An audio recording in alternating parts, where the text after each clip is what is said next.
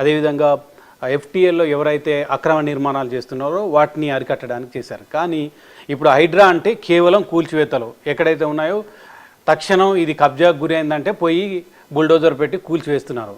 ఇదే పని మీరు చూస్తే కనుక దాంట్లో చాలా స్పష్టంగా అసెట్స్ ప్రొటెక్షన్ అనే దాంట్లో కూడా ఎంక్రోచ్మెంట్స్ రిమూవల్ కూడా హైడ్రా పవర్స్లో వస్తుందన్నమాట. దాంట్లో ఆ జీవోలో చదివితే కనుక encroachments removal in coordination with local agencies.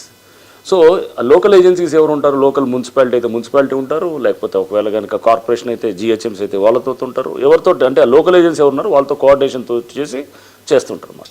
So చేసి కూల్చివేతలు ఉన్నాయనుకోండి, సపోజ్ ఇన్ కేసు అక్కడ బఫర్ జోన్ ఏదో ఉంది, లేకపోతే ఎఫ్టీఎల్లో ఉంది, ఎఫ్టీఎల్ ఎవరైనా కట్టారనుకోండి, కట్టినప్పుడు హైడ్రా అనేది వాళ్ళు డెఫినెట్గా ఆ demolition along with the local agency చేస్తారనమాట. సో చేసినప్పుడు ఏమన్నా వాళ్ళు ప్రొసీజర్ ఫాలో అయ్యేదంతా కూడా లోకల్ ఏజెన్సీ వాళ్ళు ప్రొసీజర్ ఫాలో అవుతారు. వాళ్ళు చేసి వాళ్ళు చేస్తుంటారు అనమాట.